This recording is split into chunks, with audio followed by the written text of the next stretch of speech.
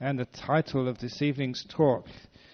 As you know, that much of the time people suggest titles for the talk, and this title has been waiting for quite a while. Actually, just before the Rains Retreat, somebody sent me an email. I think the last talk had already accepted a title for the talk. Somebody gave me an email. I forgot about it because of the whole Rains Retreat, and they repeated the email to me last week. They wanted to have a talk on Buddhism and mental illness. So all of you who are mentally ill, listen carefully.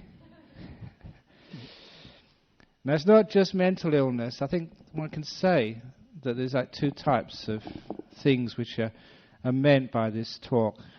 It's like illness of the brain and illness of the mind. I like to make a distinction between those two. Even though I'm not a psychiatrist, even though that I have no degrees in that field, still one understands the mind. I spent my whole monk's life looking at my mind, understanding it, seeing how it works and seeing how it has potentials. And what would happen if you have damage to the brain, which is one of the causes of what we call mental illness. And some people's brains are damaged at birth, or there's something chemically wrong with them, or it happens later on in life. Somebody was asking me a question just before I came in, which is pertinent to understanding about mental illness. They said that one of their friends had some road accident, and they had some damage to their brain, and their personality changed. What happens here? Is the personality sort of something, the mind, is it suddenly sort of change completely? Or what's actually going on there? And from my understanding, from the study of the mind, that the brain is something which the mind uses, both to understand, to know the world, and to communicate back again. Some people have told me, I can understand this from my own knowledge of the mind. Sometimes people have told me that when they have a stroke and they recover afterwards, they recover fully afterwards. Sometimes their mind wants to move part of their body, but the body doesn't follow the mind's command. The mind wants to say something, and the words come out completely different than they intended. The mind, the thing which is actually running the show, as it were, underneath, that is unimpaired. That is actually quite clear. But the body, through its brain, just will not follow the orders. Sometimes this happens, and sometimes this might happen to you in little ways, either sort of sicknesses or illnesses, or even sometimes in meditation. You can get into such deep states of meditation sometimes.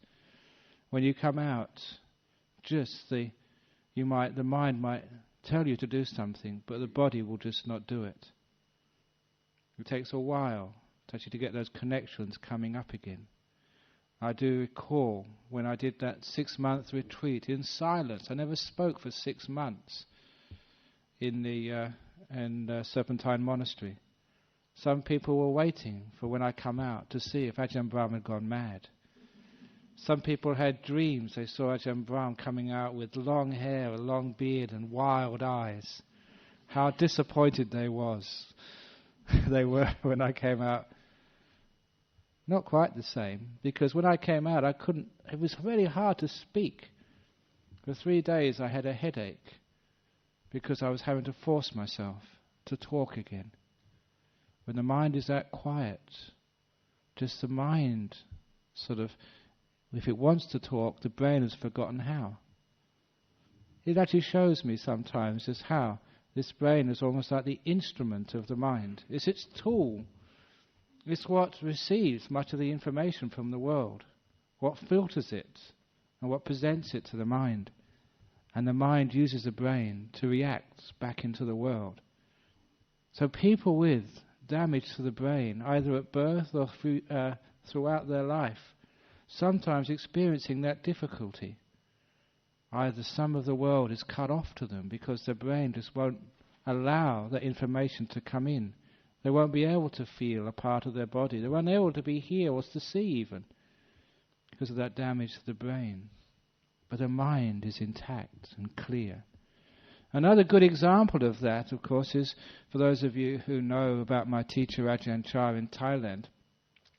Either it was because of stress or karma or something or other that he developed this, what's usually called like water on the brain. The brain was secreting lots of liquids and it built up pressure on his brain and unfortunately caused much of that brain to die. So he had almost like a stroke, was paralyzed, and wasn't able to speak. And so there was a person, even my teacher, who had brain damage because of some condition later on in his life. But it was very fascinating to be around someone who trained his mind so much. Most monks realized that when you talked to him, he would actually pay attention, especially when his Western monks came to say what was going on in the countries outside of Thailand, where he said what was happening in Australia. You could actually see that his body would change, and he was listening. And the one reason why we found out that Ajahn Chah certainly was in full control of his mind, even though he couldn't control his body, was that occasion, a fascinating occasion, when Ajahn Chah would go into the deep meditation states. This was a person who was brain damaged, but had trained his mind. What would happen? I've told the story before, it's a great story. What would happen was that because he was such a famous monk, the King of Thailand paid for a nurse, a male nurse, to be present 24 hours of the day. Obviously, not the same nurse, it was in rotation, in roster. And there was always 3 or 4 monks who were also doing services for their teacher. And on this one occasion, Ajahn Chah stopped breathing. And the nurse got afraid. The nurse got afraid that Ajahn Chah was going to die. And as I told the story before, the nurse knew Ajahn Chah was going to die, but he didn't want Ajahn Chah to die on his shift. Other people's shifts, okay, but not on my shift. That's problems, especially as a famous monk. So the nurse wanted to try and resuscitate Ajahn Chah, who stopped breathing. The monk said no, he's just going into deep meditation. And they had this little argument. They came to a compromise. The nurse decided to check Ajahn Chah's blood every few minutes to make sure there's enough oxygen in the blood. Because as long as there's enough oxygen in the blood, there's enough oxygen going to the brain, there's no danger to the vital parts of his body. And Ajahn Chah didn't breathe for several hours. And all the time, the oxygen in the blood remained the same. To monks who know about meditation, that means he got into a very deep meditation. Usually what the Buddha said is called the 4th jhana. That was evidence that there was a man, not any old man, who was a great monk, who had brain damage. But his mind was so sharp, so much mindfulness, so much skill, he could still do his jhanas, even in that body which was not working. It shows you what the separation is between this mind and this brain. His brain was damaged, but because he trained his mind was very alert. Of course, the time when your brain really gets damaged is when you die. And that's when the brain really stops. And I told you last week what happens when a person dies.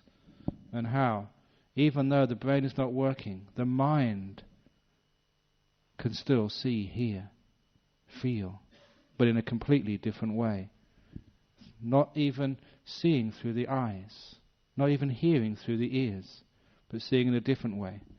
I'm not sure if many of you might have seen some of the interesting documentaries on the nature of the mind and the brain when one uses hypnosis. I remember seeing this demonstration of hypnosis where this lady was being regressed to try and remember her past lives. She apparently recalled a past life in Berlin prior to the Second World War. Or some other, it wasn't Berlin, it was some other, could have been, some other German city. And they showed her a map under hypnosis of the town at that time. And they asked her where she lived. She traced the streets, she told her where she lived, pointed out the hospitals, the other places, the railway stations, the bridges. The important thing was that before she was hypnotized, like many people would do when they sit on the couch, she took off her glasses Without her glasses, she normally couldn't see. But under hypnosis, she could see very clearly. It was interesting. Her eyes, physically, would not be able to see that map. They tested her out afterwards. When she came out of hypnosis, they gave her a map. Can you actually remind us where you were? She said, well, I need my glasses. She could not see, except under hypnosis. So how was she seeing? In Buddhism, we know that under such hypnosis, you're not seeing with your eyes. You are seeing with your mind. A different way of seeing. The brain would not be working properly, or the eyes would not be able because of some distortion of the eyeball or the lens. But the mind is something different. So when we talk about people with brain damage, with that type of illness, sometimes the mind is something else. If you have a brain damage later on in life, if you trained your mind, it's not too much of a problem. However, the difficulties sometimes come when people are born with such brain damage. They're either autistic or in some way that we say they're not normal. And for many people who have to deal with such small children in their own family to bring them up, it can be very, very difficult. One of the first things I always ask is, why does this happen? Why does this happen? And last week when I was talking about rebirth and karma, there is a good reason for that. We always need to know the answer why. And it's an obvious answer. There's some cause, not in this life, but in a previous life. The person has to endure sort of not being able to relate in ways which most people do. Some people say that that's really unfair. That what have they done? And because that Western people have this idea that a baby is born just fresh without any past. And I think all of you who are mothers or fathers, when you sort of know the birth of your first child, when you hold them in their arms and you feel that being, you should know that that's not a being which has just been created in this world. Many people know intuitively that's an old being who has a past, who's come here from another place. Not just you've given that being your body, but their mind, their personality, their stream of consciousness, as it says in Buddhism, that's come from somewhere else. They have a character, they have a being, which could not have been created in 9 months. This is what we mean by just a being being born. When we actually understand there's a past there, and we can understand that maybe because of some bad karma, because of some heedlessness, because of some cruelty, the person in this life has to endure sort of that type of situation. Karma is the cause. Now when we say that karma is the cause, it's what we are doing with that karma is the most important part of karma. Karma of the past can't be changed. We can always do something with it, as you always know. So karma is never that fatalistic. Even a person who's been born brain damaged, sometimes it's amazing to see what they can do.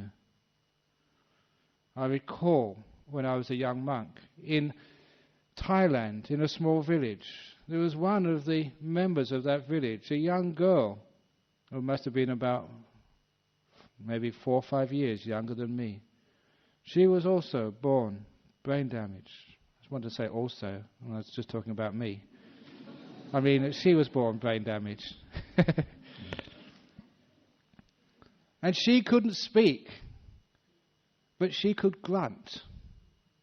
And it was an amazing thing that because of the village society, because she was accepted into that society, because in a village you have so many aunts and uncles. If they're not aunts and uncles or parents or sisters, they're your friends. So there wasn't just a great big burden on one family to look after her. She was shared amongst the whole village. She had friends. Whenever there was a celebration, a festival, music or boxing in the village, her friends would always take her along as well. even though that she was, in our society, someone who would probably be put in an institution. And because she was associating with her friends for so long, she developed this series of grunts which I could not make out at all, but her friends knew exactly what she meant. It was a new language which she developed, and because of association, everyone understood. And that girl was happy. She had her friends. She had her life. It may not be the same as other people's lives, but I saw her very often. She would often come to the temple. And I remember one occasion which really moved me deeply. I've told this story whenever I give teachings on generosity. Because on this one occasion I was cleaning up the main hall in this monastery in Thailand. And I was sweeping behind a cupboard in which we used to keep our robes when I heard someone creep into the hall. My first thought was because they were creeping in, was it a burglar? Was someone trying to steal something? And I looked around the corner of the cupboard and I saw it was this girl. She too was looking around. She didn't notice me. So I actually hid and watched to see what she was doing. And I saw her go up to the main shrine. First of all, making sure that no one was there. Then she went up to the main shrine and she very quickly put onto the main shrine in front of the big Buddha statue a gift. She'd made out of paper a little lotus flower which she gave to the Buddha. She bowed very quickly and then ran out because she was afraid someone would see her, catch her and stop her. When I saw that gift, the way she gave it, and knowing how hard it was for her to make that gift, to this day I call that one of the greatest gifts I've ever seen given to the Buddha in that monastery. That was worth much more than a person who put $1,000 check, or 10,000 or 100,000, because it was so hard for her to do. And to see the humility, she was embarrassed, but she was given that opportunity to do her act of good karma. And I went up to look at that little paper lotus. It was what most people would say was very ugly, poorly made, the sort of thing that people would throw out as soon as they saw it.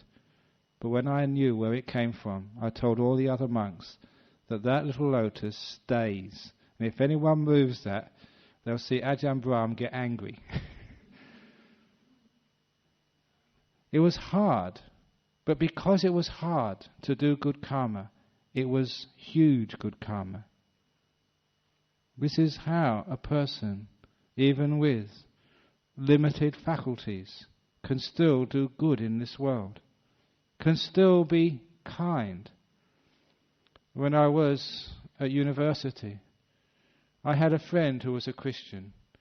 Even though I was a Buddhist, I deliberately cultivated, as I do to this day, friends from other religions, because I don't want myself to become narrow-minded. I live with Buddhists. When I come here, I meet with Buddhists. I hang out with Buddhists, and if I'm not careful, all I think is Buddhism, and I've got a narrow mind in the world. And it's very good to associate with people from other beliefs and other religions, because they check you out. It gives you a balance. You don't become like cultish. So, to this day, I've still cultivated friendships with people of other beliefs, people who even don't like Buddhism. I value their comments. They keep me honest. And at the same time, that because I cultivate such people, that I can actually learn a lot about tolerance. And I forgot what I was going to say now about the it was coming on to some sort of story, but maybe I'm brain damaged this evening. I lost my memory. But anyway, as we can make good karma, as we can do good things, no matter sort of what our brain damage is, we can always do something with what we've got. And this is actually how people can grow. So when we talk about sort of people having sort of difficulty... Oh, that's right, this is the story, I remember now. that when I was, because I cultivated friendships, one of my best friends when I was a student was a Christian. And when he said that him and his mates were going to go to a local hospital to do some voluntary work every week with people who were, who were they? They were, I think, people with Down syndrome mostly, and a few other people who'd been put in a hospital because their parents, they just couldn't cope with them. And he was going to go with his mates to do some social work, to help, to give, and to help with the some therapy work. So as soon as he said that, I said, I'll go as well. I couldn't be outdone by the Christians. If they can help others, so can the Buddhists. And that was actually my motivation. It wasn't all that good, but I'm being honest. It was just like, keeping up with the Joneses, so to speak. So I went along. But I found I really enjoyed it. I went there for 2 years, even during, throughout my last 2 years of my university career at Cambridge. And then one of the most moving occasions was the last time I went there.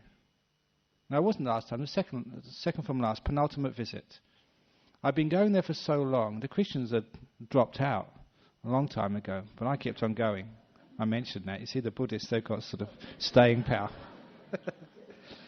That's because they left, that's why, because they went somewhere else. But I kept on going every week. And the last time I went there, it was in the afternoon. And I was so skilled and so used to it, they gave me like 2 groups. Now, one for the first part, then we had some tea, then they gave me the other part, all by myself, so the physiotherapist could just actually relax and do some paperwork. Because they trusted me, I knew the kids. And after the second class was finished, they called me in. The reason they give me 2 classes, because when I was doing the first class, the second class were making little gifts for me, little actually cards to thank me for being there for so long. Of all the students, I had lasted the longest. And while I was in the second class, the first class was doing the same. And these were people who couldn't draw very well. They couldn't make things very well. But they did it especially for me, because they thought it was my last time, my last day there. It was one of my most moving experiences when I was at college. To be there in front of all these Down syndrome's kids and their teachers. And they were saying goodbye to me. And they were giving me these gifts. And I knew how hard it was for them to do this. And I almost cried. At that time I didn't know how to cry because I was only a young man, a student. But it really touched me. But I had to ask them. I said, listen, I know you think this is my last day because the final exams are coming next week, but that doesn't actually start till the day after, so can I please come next week? I begged to come again. And I wondered why was I wanting to go there again? It was actually enjoyable because I was learning so much to relate to people who had Down syndrome on a completely different level. They taught me so much. Because even though they had Down syndrome, they could not relate in a way in which I was accustomed. Still they could feel, and you could relate to such people on the deeper level, the mental level, the emotional level. Their brains were damaged, but their minds certainly weren't. And some of those kids were very sharp and very smart. If I was feeling off that day, upset, they could pick it up straight away. They knew when to give me a hug. They taught me a lot. And it taught me especially to be non-judgmental. Because sometimes we think, oh, those poor things. Oh, it must be terrible. But I'm just putting on my value judgments. I don't know what it's like to be inside a Down syndrome person. Certainly that lady who was in Thailand, I think that was her diagnosis, Down syndrome. But she had a happy life. So I think one of the problems is we understand it's karma from the past, but don't judge that karma. That must be terrible. Why is a person being punished that way? It depends on what they do with that karma. It's the most important part of brain damage. And for those people who have to deal with a child who has some sort of brain damage or some sort of mental disease, then of course it takes a lot of tolerance, a lot of wisdom, a lot of compassion. So much so that many people take that as a challenge, as a spiritual challenge for their life. Maybe it's their karma. They have to learn such patience, such tolerance and such kindness. Because sometimes it's 24 hours, full on. If you can handle that, if you're up to such a high spiritual practice of selflessness, you have immense rewards. Not only do you understand what kindness is, as I keep on saying here, the kindness is the door of my heart's open to you, as you are. You're not trying to make your son and daughter something different. You're not trying to so-called make them better. This idea of better means they're not good enough now. As a Buddhist, we try and stop all of that measuring and say, I'm not trying to make you better. I'm happy that you are who you are. That's what love is all about. That's what compassion is. Not trying to change somebody to fit into what you think they should be, but accepting them for who they are. This is called tolerance, peace. That's hard because a lot of times, first of all, people feel that the parents, that you've done something wrong. You have some guilt there. Why are they like that? Parents are always into guilt trips with their kids. I don't know, maybe my mother thinks she feels very guilty that I ended up as a monk when I could have been a doctor or a business person or something else. But no, she's come to peace with that now. Sometimes that happens. I've seen that happen with some parents. The child becomes a monk, and then their friends come and say, "Oh, you poor thing." You've got two of my monks in the monastery. They're brothers, and their mum was very upset when the second one became a monk. She said, "I'm all right giving you one, but giving you two—that's a bit much. Can't I have one?" But parents are often into guilt trips. Sometimes their child becomes a homosexual. And they don't tell their friends. Why not? What's wrong? What are you upset about? Isn't love accepting the person for who they are? And can't a parent at least give that type of love to their child?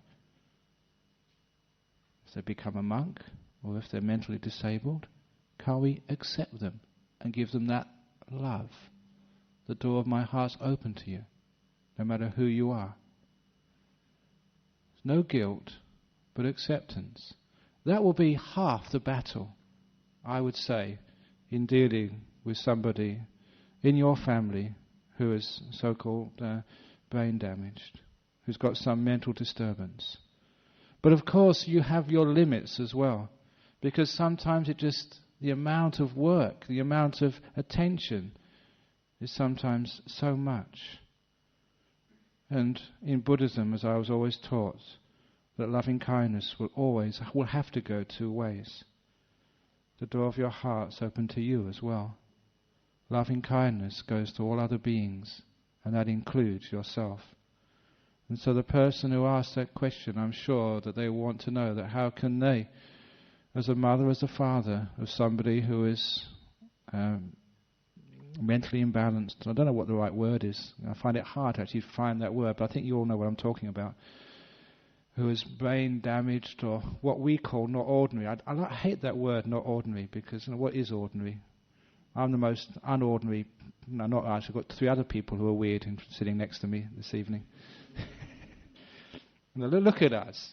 If anyone is like sort of mentally strange, and it's people who give up sex, give up drinking, don't watch movies, are not worried with money. If we did a psychology test, we'd be in big trouble. I remember once, having somebody who had a epileptic fit in our temple, our old temple, and as soon as the ambulance came, we had to call an ambulance. The first question they asked was, "What day is it?" And that's a standard question to find out whether you're whether you're sane or not. A lot of times I don't know what day it is, because you live in the moment, you're mindful, you've let go of the past, let go of the future, you forget what day it is. So I'm very, very concerned if I have an accident that an ambulance man will come along, and the next thing I know I'm in Greylands, because I can't remember what the day it is. So we're really weird here. But the idea of what's ordinary, let's put that aside. So, but a person who is very, very difficult to bring up because they need so much attention, every now and again you have to give yourself attention as well. Take time out. And not feel guilty about that. Loving kindness, care has to go both ways. But again, just acceptance and non-judging. Who is ordinary and who's not ordinary? This is actually brain damage. It's very easy to see. But mental illness is something different. Because that mental illness, the Buddha said, is anything which is greed, hatred and delusion. And each one of you is mentally ill. Each one of you is. Look at it. What a stupid way you live your lives. Why do you get angry at others? Does that really help you? That's actually being mentally ill, getting angry at others. You know that story which I told about the person who went to the market because they had to get some eggs. They were abused by a man in the market who called them all sorts of terrible names. They got very upset. When they went back home, they finally found out that that man who abused them had fallen when they were young. They'd hit their head and they were crazy.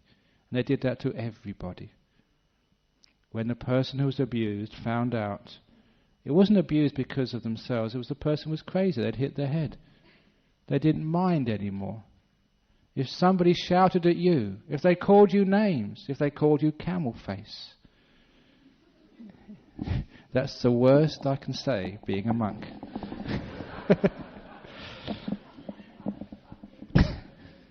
Would you get upset and angry? If you knew they were crazy, it wouldn't matter. You wouldn't get angry back. Now, you know the punchline of that story. The Buddha said that anybody who calls you camel face, or even worse, they are insane. They're crazy. Only a crazy person would say something like that. I've seen a camel, and I can see you, and there's a great difference there. But why is it we get upset? Always remember, if someone abuses you, if they get angry at you, if they call you names, that's temporary insanity. If your husband starts to sort of get cranky at you, if your wife starts to shout at you, just remember they probably just hit their head that morning. Or maybe you might have hit their head. But they're temporarily insane. So if they are, you look at them as temporary insanity, they can call you whatever name they like. And you don't move, you don't get upset. That's why the Buddha said, anger is insanity. You don't get your way. It never really fulfills the objective. You can get far more out of the person you live with, out of the people who work for you, if you don't get angry. There's other psychological ways to get what you want. I know those ways. I've been cultivating them all the time to get what I want out of my monks. Get what I want out of you lot as well. You know, this is a story of actually psychology and how to have control over your partner. Because when I first came here to Australia, I was number 2 monk. There was another monk who was supposed to be the boss. Ajahn his name was. But I always figured out how I could get my own way, even though I was number 2. This is a story which I say. I wanted to build a hut up on the hill. So I went up to him and said, you know, it'd be a good idea if we built a hut up on the hill over there. And he would say, don't be ridiculous. He always used to say that, don't be ridiculous.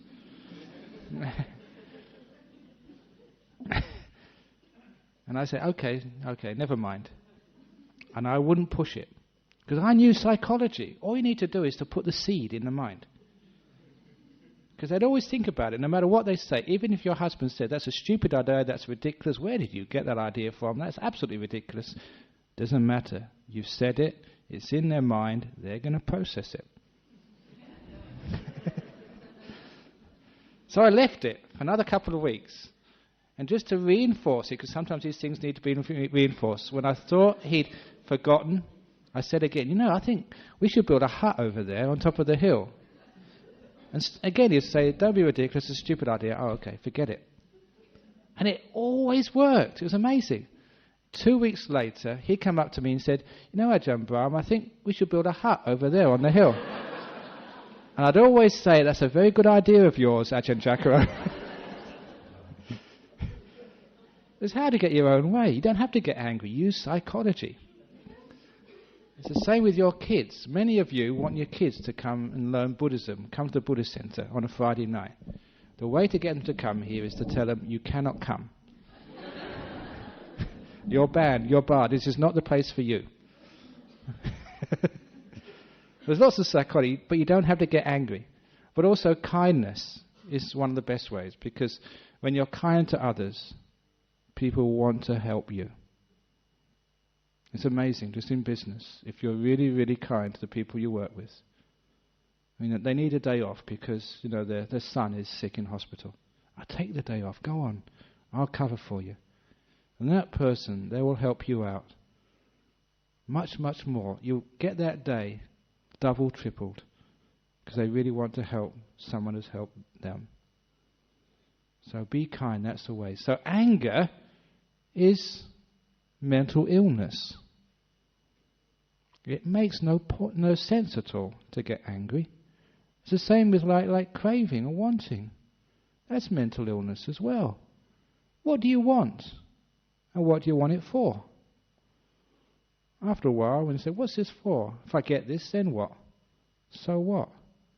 How many of you want to win the lotto? That's mental insanity, mental craziness. Number one, you've got no chance. Number two, if you did win the lottery, then what? So there's a lot of mental insanity, mental craziness. The biggest mental craziness is guilt and worry. That's real mental illness. Why are you feeling so guilty? Why can't you forgive? You make mistakes. I make mistakes. We all make mistakes. Being a human is to make mistakes. So you can forgive other people. Why can't you forgive yourself? Sometimes it's in our culture to have blame and victims. Somebody blew up the World Trade Center. Let's get them back. Somebody killed my son. I'm not going to rest until I get my revenge. That's craziness. You can see that in Northern Ireland. You can see that in the Middle East. You can see that in your lives. You can see husbands and wives. Once they get divorced, you want revenge. I want to get my own back on that. I can't say it, camel face.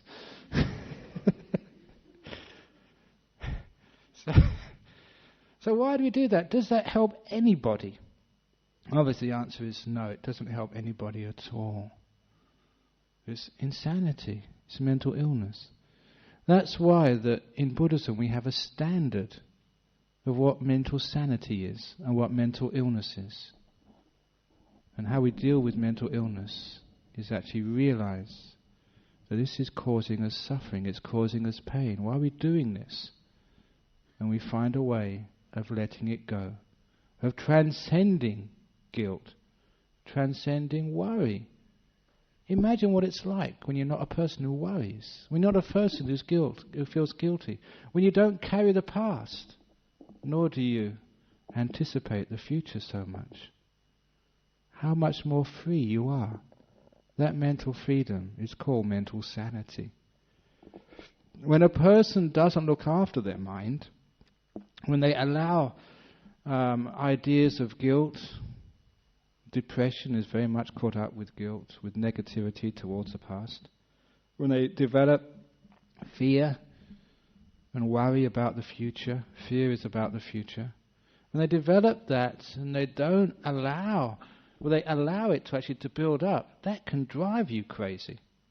That's not like illness caused by brain damage. That's illness caused by mind damage. And you are responsible for that. You had a choice to actually to train your mind, to develop it, and you've let it go in the wrong way. And I always say letting go, but I mean you sort of, you haven't really trained yourself. And you can see that mental illness, what it does to people. Sometimes people feel so guilty about something they've done. It warps their whole life. It stops them enjoying this life. It stops them actually being a person, having relationships with others, being at peace with themselves. It stops them smiling. That's mental illness. Like physical illness causes you pain in the body, mental illness causes you pain in the mind. What are we doing that for? After a while we realize that no one else is making us do this. We're doing this because of wrong attitudes of mind. This is the places where Buddhist practice such as mindfulness and meditation can really help.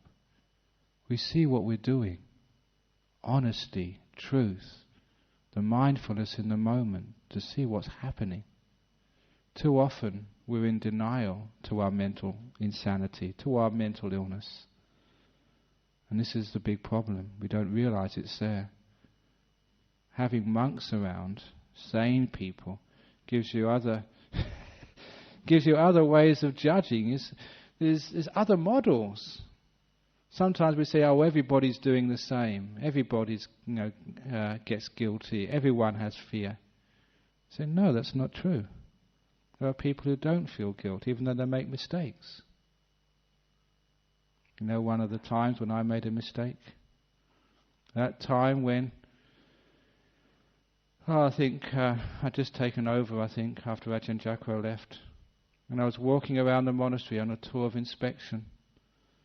And when I was walking around, I found a hammer which was left in the bush. And it was getting rusty.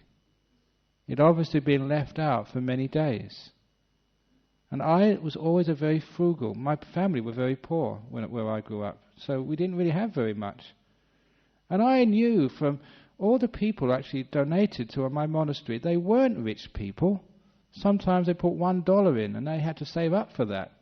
Somebody had offered a hammer to my monastery in Serpentine to help with the building work, and some negligent monk had left it out in the grass to get rusty. That wasn't good enough. So I called a meeting, all the monks, that evening. And you see here I give talks and lots of jokes, in the monastery sometimes it's different. That evening it was fire and brimstone. And all the monks, they were sitting dead straight. And not a smile on their faces. So I really laid it into them about, as monks, you're responsible. You didn't work for that hammer. You didn't earn it. There was some probably very poor person who saved up for weeks to buy that hammer. And you're so careless, you don't even bother to put it away. You leave it there to rust. That's no way to treat people's generosity. And I really laid it on the line. And when the talk was finished, I was very, very disappointed. Because not one of those monks confessed. Not one of those monks admitted it was them. Because I thought, even though I was pretty tough that evening, I thought, I wouldn't really punish them. We got a new punishment now in the monastery. I gave this punishment to one of the visitors. Because they said they said some bad things to the monks, so I gave them 50 strokes of the cat. We do, 50 strokes of the cat. We've got this little cat in the monastery called Kit Kat. They had to stroke it 50 times. It's a great way of punishing somebody. Give them 50 strokes of a little pussy cat. But anyway, so I wouldn't punish anybody. There's no punishment there. But I was just disappointed. No one was honest enough to own up. And I went out of that talk just feeling just so deflated, so disappointed. I lost my faith in my fellow monks. You can understand what that's like. These are supposed to be honest, good people. People, who have got that sort of inner integrity. And I felt so sad and so... And it was only when I walked out of our main hall that I realised why none of those monks had confessed. Because I remember who'd left that hammer out. It was this monk. I left that hammer out completely forgotten. And it was really awful that you only remember just after you tell everyone else off. It was very, very embarrassing. And my karma is actually to tell that story often, actually, to assuage my guilt. No, I did feel guilty. I forgave myself straight away. So why feel guilty about these things? We all make mistakes, sometimes silly mistakes, sometimes terrible mistakes. But a wise person is someone who can forgive others and forgive themselves. Acknowledge, forgive, learn. Otherwise, we're being mentally ill. We're stopping ourselves being happy, being at peace with ourselves. We learn from it. We never do it again. But we learn, acknowledge, and we forgive. Otherwise, you find, because of things like guilt, things like grief, the loss of a loved one, things like anger, we can think and think and think until we do make ourselves mentally ill. These are the causes for excessive thinking. We think so much that it basically burns out our brain. And I remember seeing one person become mentally ill because they couldn't stop thinking. It's almost like getting into a rut, seeing things only in one way, and the mind, or rather the thinking, just got stronger and stronger and stronger until they couldn't take it anymore. And the fuses blew, and they had to go to the local hospital. And you can understand why. When I see that, I understand just how, if you don't stop these silly ways of thinking, whether it's guilt, whether it's grief, whether it's anger, whether it's fear, if you don't do something about that, they can grow so out of hand, they can make you become crazy, become mad, not being able to communicate with the world, not even being able to communicate with yourself. I can understand sometimes it gets so painful that a person retreats deep inside of themselves and never comes out again. Catatonia. People who refuse to relate to the world. They go to this place deep within their mind, not willing to come out because they don't trust the world anymore. It's just too painful, or rather, they've made it too painful. Sometimes it's like going to the concrete bunker inside your heart. You feel safe there maybe, but you're not alive anymore. You can't feel. You can't smile.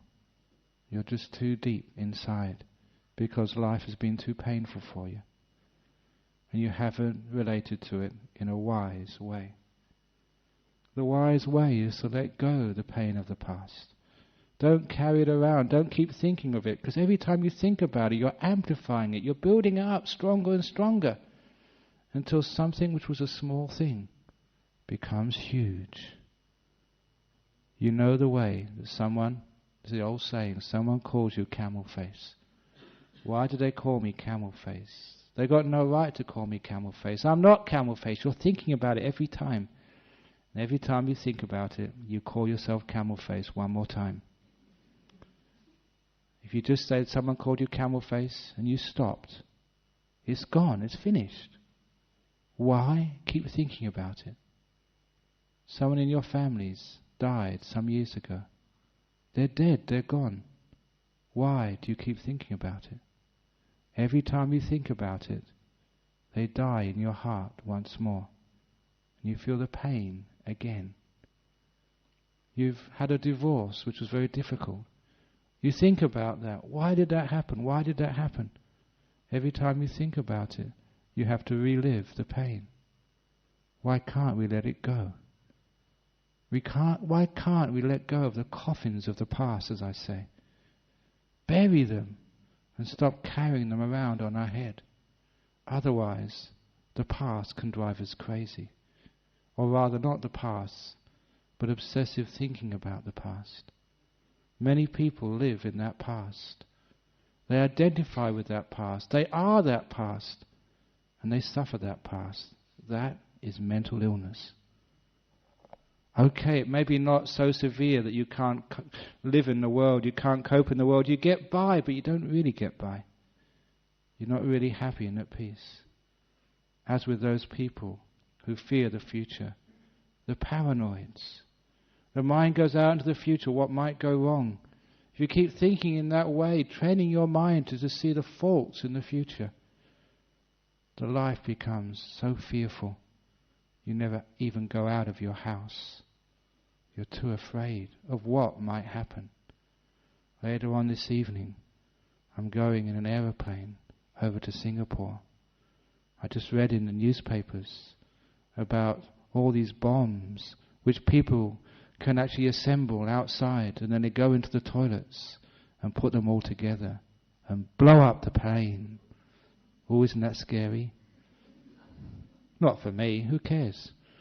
If I get blown up, I don't have to give any talks anymore.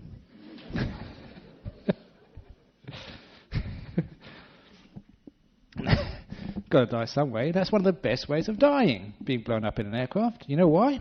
3 reasons why being blown up in an aircraft is one of the best ways of dying. Number 1, instantaneously, you don't feel anything.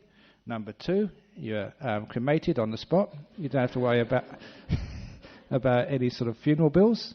And number 3, your relations get an insurance payout. So the Buddhist side can probably make a lot of money if I get blown up.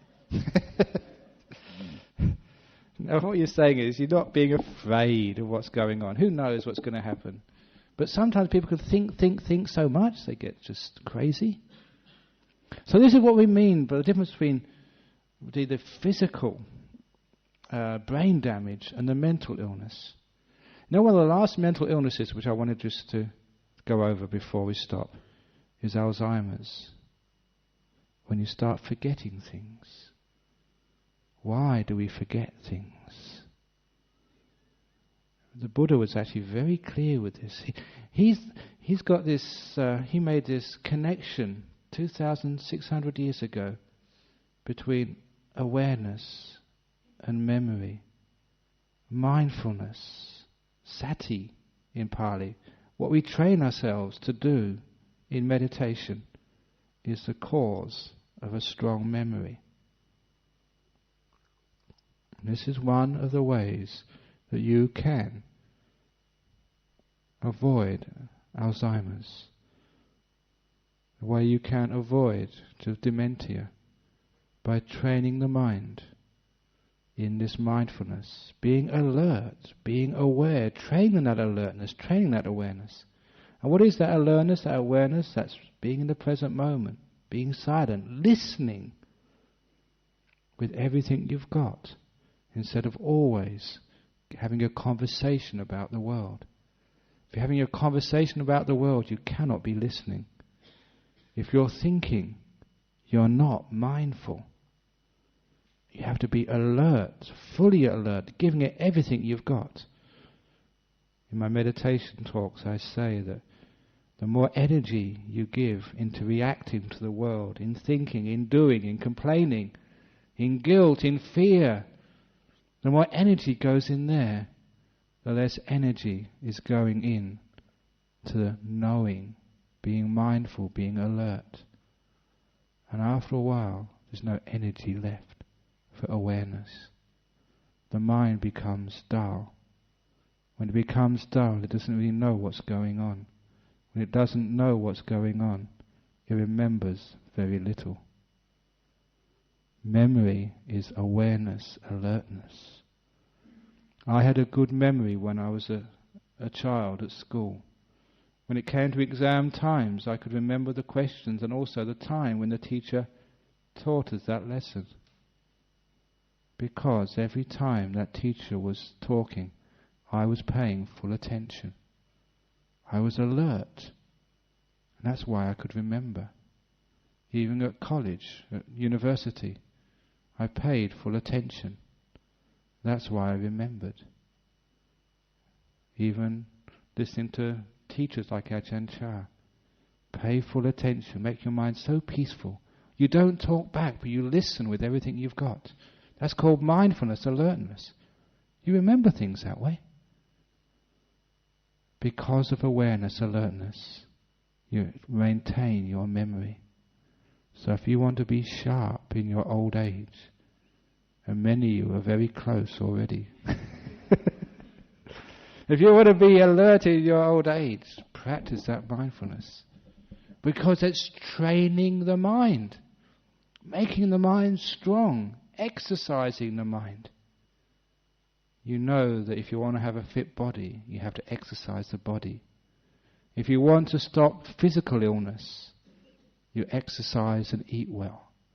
If you want to stop mental illness, illness such as fear, guilt, grief, anxiety, you have to eat good food, good mental food. And where is the best mental restaurant in Perth? Dhammaloka Centre on a Friday night. Here you eat health food for the mind. Dhamma it's called. And if you want to exercise the mind, meditation. That's why meditation is just so powerful for most mental illnesses. Brain damage, you can't do much about it. But at least you can have the strong mind to deal with those problems, with peace, with happiness. But for your own mental illnesses, if you don't practice meditation, if you don't train the mind, then it's like not exercising the body. If you only eat junk food for the mind, like watching movies or the TV, looking at the bill, then, I know what you get up to. Then you'll be in trouble in your old age. You start forgetting things. You see what happens when a person watches a box. After a while you end up like that, you know. So be careful. If you want to be mentally fit, mentally agile, this is what you should do. So the time is up. I remember what time I'm supposed to finish. So I haven't got Alzheimer's. It's interesting, you know, I've never actually seen a monk with Alzheimer's, even very old monks. You know, some of those old monks are just so sharp. 70, 80, they remember everything. 90. There was this 102, that Cambodian monk, he was 102, 103, still travelling around the world on the airlines. Fit, could remember everything. Why? Because mindfulness. So if you want to be mentally strong, you want to be mentally alert, if you want to stop mental illness, not other people's, but yours, then you know where to come. Okay, so thank you this evening for listening to the talk on mental illness and Buddhist response to mental illness.